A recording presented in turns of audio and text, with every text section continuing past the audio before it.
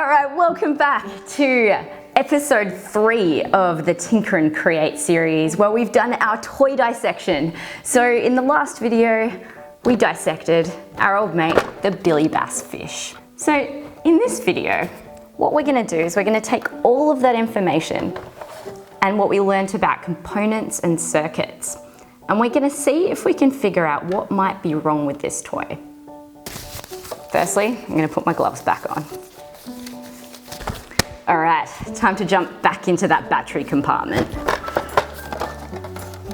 So you can see in there, again, there's lots and lots of corrosion. I wonder if that might be why it's not working. Let's have a little look at circuits and how they work. So I've drawn a little diagram here, which kind of looks like the setup we have here. So as you can see, we have our 4 batteries. Each battery has a plus and a minus side, and we have our little springs there, which connect it to the battery compartment. So if I match this up with what I have here, and then I look inside, I'm gonna try and finish that diagram. So I'm gonna pull this off again, and we're gonna look behind. So this battery compartment has got 2 wires coming off of it. We've got this one here, and this one here. If we follow those wires all the way down, we can see that it does connect to the circuit board. So I'm gonna need my screwdriver again.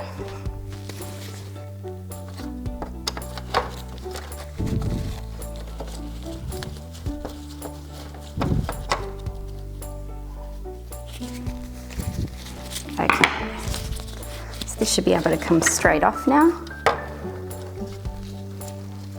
Okay, there you go. That's what the circuit board looks like. So what can we see here? So what colors were our battery wires? They were the red ones. Are there any other red wires? Just this one here. So if we have a look at where the red wires are connected here to the circuit board, they go from there all the way down, and it looks like there's a little bit of hot glue in there keeping it all together. So I'm just gonna pull that away. There we go. So you can see exactly where it's connected now. If we look really closely to the wires coming from the battery all the way over here, we can see that there's actually quite a bit of corrosion on this circuit board as well. So why does corrosion stop something from working? Let's have a look at our circuit again. So we have our 2 wires coming off here, and then we have our circuit board here. The power comes through the battery, it goes into the circuit board, comes back out the circuit board, back into the battery again. So it is like a loop.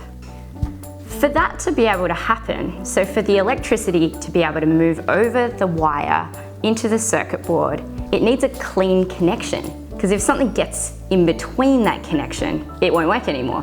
So when we have corrosion on this part, and on this part, and on this part, and on this part, these connections aren't being made. Also, maybe there's corrosion here too, and here. There's also corrosion on the circuit board itself. So, that could be the reason why our toy doesn't work anymore. Okay, so we've had a look at our battery compartment and we've pretty much figured out what's wrong. What are we gonna do now? Let's have a look and see if we can get some of these motors moving. So what we're gonna do is we're going to follow back the wires and see where they connect. That's my fish. So our mouth motor, this one has red and black wires. So red and black. And then our middle motor, that looks like it's got orange wires.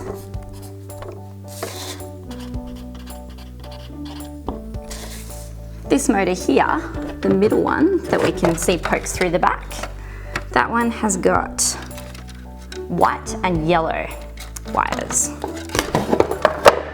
So the back one,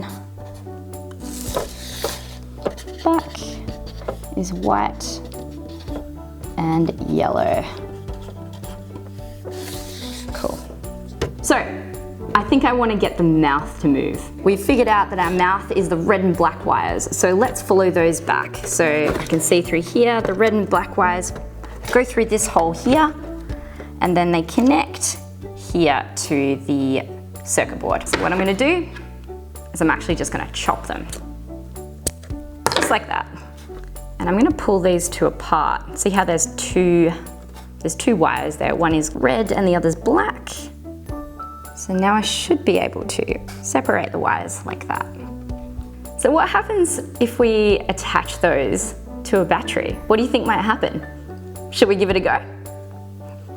So when you attach something to a battery, you usually want one wire on one end and the other on the other end. So I'm going to assume that the black one is negative and the red one is positive. Awesome! Did you see that? Let's give that another go. So I've pulled my wires through, we've taken it off the circuit board, and I'm attaching one end to this side like this. I'm just touching it there. And then what happens when we touch the other one on the other side?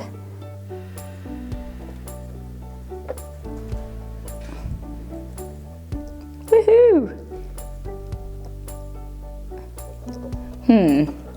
So that was pretty cool, but I wonder if we can get a bit of a bigger reaction from our mouth here. As you can see, my wires have been chopped, but there's not much exposed metal, so the connection is really small. I've got some pliers here, and these are really good for stripping wire. So I'm going to put the pliers on this end of the wire and hold down. I'm not going to clamp down fully, but just enough so I can tug here. There we go. Okay. So see that came off there? So now we've got some nice wires at the end. I'm just going to twist those nicely like that. So we have a larger surface area for the connection to the battery. The external part is plastic and it doesn't conduct electricity. So we want as much as possible of the metal to be touching the contacts on the battery. So when manufacturers make these toys, they actually solder things together. So you can see there's metal that attach the wires to the motor here. But soldering is a little bit difficult and not everyone knows how to do it. So I wonder if there's a way that we can make the connection a bit better between these wires and the battery without soldering. I remember someone telling me a little while ago that there's something in your house that you could potentially use, but I've never tried it before. Alfoil. So we're going to attach the alfoil to our wires and see if we can make a better connection. So I'm going to get off a bit of alfoil here. And I'm going to wrap the alfoil all the way around my wire like this. Great, so now I have my alfoil to increase the surface area of my wiring. So that's attached to the metal part of the wire. Now, if I put it this way, I should just be able to put the red wire straight onto that. And then if I attach my black wire to the bottom, there we go. Blop, blop, blop, blop, blop.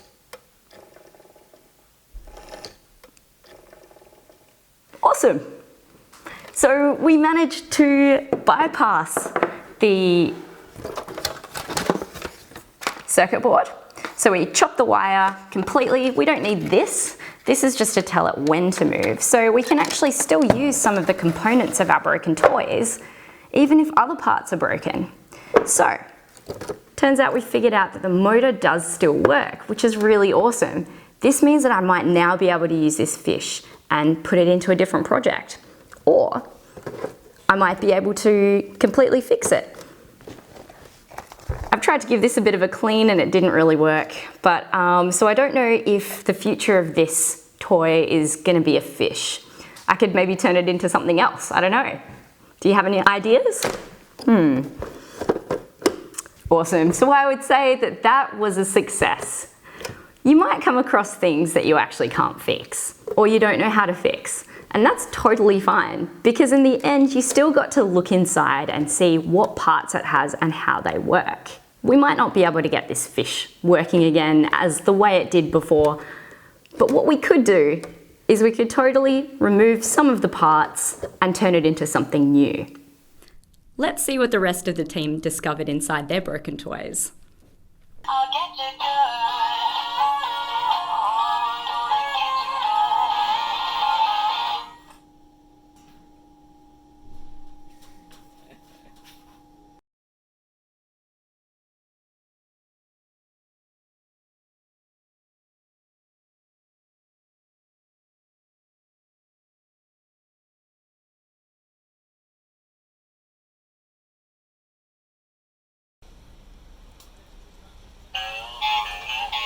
Let's go.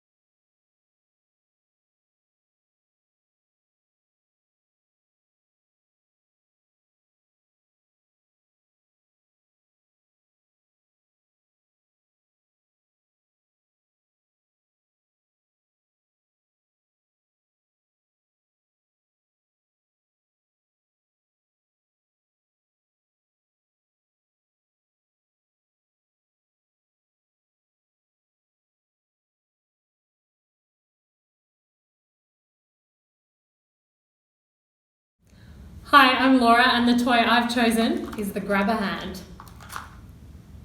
But how does it work? I grab on here and as I pull, the fingers curl. It's kind of like our own hand. If you hold your arm here and curl your fingers, can you feel anything happening? I reckon it's the same. But let's have a look inside. It's held together with screws, so I'm going to need a screwdriver. And in fact, I'm lucky, I have two. So here is one I prepared earlier. If we look at the mechanism here, you can see that when we pull on the blue handle, there's a rod that's hooked in onto it. And connected to that, we've got a washer and a spring. And that means that as we pull, the spring compresses. And that means that when we pull, we feel some resistance. And then when we let go, the spring relaxes and the hand goes back to normal. Cool. And at the top, this rod connects to this apparatus. So all these silver tongues are connected to this big grey thing at the bottom. And there's a little hole in there that our rod hooks onto.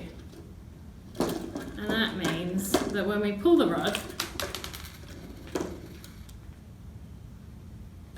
the fingers should curl over. Interestingly, these fingers are screwed on at the top.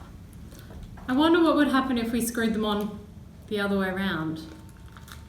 These tongues seem to just move straight up and down as we pull on the mechanism. I screwed some of the fingers on backwards to see what would happen, and this is the result. So they curl backwards when you screw them on backwards.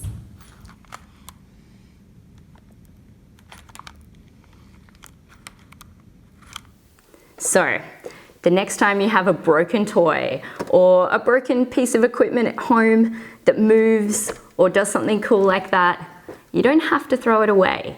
You might be able to repurpose it and turn it into something else. Thanks for watching. Bye!